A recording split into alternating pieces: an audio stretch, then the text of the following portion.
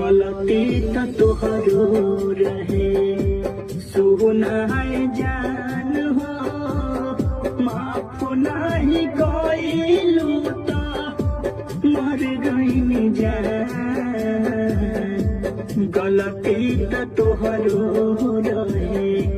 सुनाए जान हो माफ नहीं कइलू त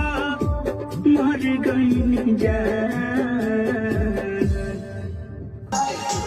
नदी नहर नगर घुमैले घुमैले चारो दिशा गे नदी नहर नगर घुमैले घुमैले चारो दिशा गे हमें उम्र में पढ़ाई मिलल वाला चली सके हमें उम्र में पढ़ाई मिलल वाला चली सके